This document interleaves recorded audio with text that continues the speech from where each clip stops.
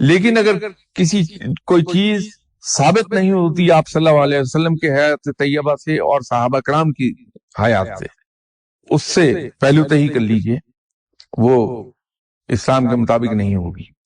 تو کبھی ہم یہ دیکھ لیں کہ صحابہ کرام کی زندگی، چلیے آپ صلی اللہ علیہ وسلم کے بارے میں تو ہم لوگ یہ کہہ دیتے ہیں کہ جی وہ تو پیغمبر تھے، ہمارا ان کا کیا مقابلہ، گرچہ یہ دلیل درست نہیں ہے۔ اللہ تعالیٰ نے آپ صلی اللہ علیہ وسلم کو بس شکل بشر پیدا کیا تھا، محض اسی دلیل کو رد کرنے کے لیے کہ ہم یہ نہ کہہ سکیں کہ وہ تو ہم جیسے انسان نہیں تھے، تو پیغمبر تھے، تو ہم ویسی زندگی کیسے بسر کریں۔ آپ صلی اللہ علیہ وسلم نے بشری زندگی اختیار ہی ہماری طرح اس طرح سے کی تھی کہ ہماری اور ان کی زندگی میں کوئی فرق نہ رہ جائے، تاکہ ہم آسانی سے ان کی پیروی کر لیں۔ تو صحابہ کرام کی زندگی کو لے لیجئے، اب حضرت علی کرم اللہ وجہہ سے زیادہ اسرت کی زندگی کس نے گزاری ہے؟ تو کیا کوئی بتا سکتا ہے کہ وہ آپ حضرت علی کرم اللہ وجہہ کسی پیر کے پاس گئے ہوں کہ دعا کر دو کہ میرا رزق بڑھ جائے، یا کوئی مجھے تسبیح دے دو کہ میں پڑھ لوں اور میرا رزق کھل جائے؟ اتنی تکالیف کس نے اٹھائی ہیں جو حضرت علی کرم اللہ وجہہ نے اٹھائی ہیں۔ اور صحابہ کرام کو دیکھ لیجئے، قرآن کو ہم اپنی زندگیاں سنوارنے کے لیے استعمال کریں، تسبیحات کی طرف جائیں، یہ بے عملی کی راہ دکھا دے گی ہمیں، عمل سے دور ہو جائیں گے اور تسبیحوں کے پیچھے پھرتے رہیں گے۔ زیادہ زور اس بات پہ دیجئے کہ ہماری عملی زندگی جس میں دوسرے لوگوں کے ساتھ انٹریکشن ہوتا ہے، ہم اس کو کسی طرح سے اس سانچے میں ڈھال لیں جو قرآن نے بتایا ہے، خود بخود جان چھوٹ جائے گی تمام چیزوں سے ہماری۔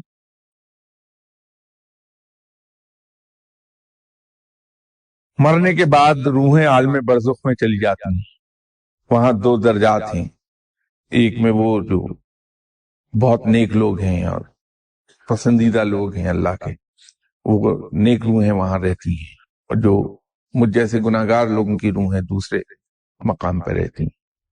لیکن ان روحوں کا تعلق اپنی قبر کے مقام سے رہتا ضرور ہے، کیونکہ ایک عام آدمی روحانی بالیدگی کے اس مقام پر نہیں ہوتا کہ اسے کشف القبور حاصل ہو یا اس کو روحیں دکھائی دے سکیں، تو ہمیں یہ پتہ نہیں چلے گا کہ کوئی شخص کوئی روح اپنی اس وقت قبر میں موجود ہے یا نہیں۔ تو وہ عالم برزخ میں رہتے ہیں، لیکن ان کا تعلق قبر کے ساتھ رہتا ضرور ہے۔ تو جس سینس میں میں کہہ رہا تھا وہ یہ ہے کہ اس مکان میں اس وقت آپ تشریف رکھے ہوئے ہیں جسمانی طور پہ، اگر آپ یہاں سے کراچی چلے جائیں یا دوسرے شہر میں چلے جائیں تو آپ یہاں موجود نہیں ہیں۔ اگر آپ کوئی بندوبست نہیں کر کے گئے ہیں تو پیچھے جو آپ کا کچن چلے گا وہ نہیں چل سکتا آپ کے بغیر کسی ایفرٹ کے۔ تو میں اس سینس میں کہہ رہا تھا کہ داتا صاحب وہاں موجود نہیں ہیں کہ جو کما کے دنیاوی طور پر اپنے لنگر کا خرچہ چلا رہے ہوں، لیکن یہ رب کی رحمت ہے، یہ اس زندگی کا انعام ہے جو داتا صاحب نے جیسی زندگی گزاری کہ ان کے مرنے کے بعد اللہ نے ان کا نام اتنا سر بلند کر دیا ہے اور یہ اعزاز بخش دیا کہ ان کے لنگر سے روزانہ تقریباً 10,000 آدمی کھانا کھاتا ہے۔ یہ انعام کو میں بیان کر رہا تھا۔ جو انسان زندہ ہے ان میں بھی ایسی اللہ تعالیٰ نے خاصیت ودیت فرمائی ہے کہ وہ بیک وقت کئی جگہ پہ کئی مقامات پہ ہوں، جس کا کہ میں نے اس گناہگار نے اپنے آنکھوں سے وہ جھلک دیکھی یا نظارے دیکھے ہیں، وہ آپ ہی کی شخصیت سے متعلق ہے۔ بس خالد صاحب، یہ 1987 کا قصہ ہے۔ میں نے اس وقت بھی آپ سے گزارش کی تھی کہ جس مقام پر آپ نے مجھے بیٹھے دیکھ لیا اس کا ذکر کہیں نہ کیجیے گا، زبان پر مت لائیے گا کبھی۔ پھر اس کے بعد بھی آپ نے ایک دو بار مجھ سے کچھ ذکر کیا، تو میں نے پھر بھی آپ سے یہ گزارش کی تھی کہ اس کو زبان پر نہ لایا کیجیے خالد صاحب کہ میں کس وقت کہاں پر تھا۔ دیکھیے، وہ جو آپ بات کر رہے ہیں وہ ابدال کے مقام کی بات ہے۔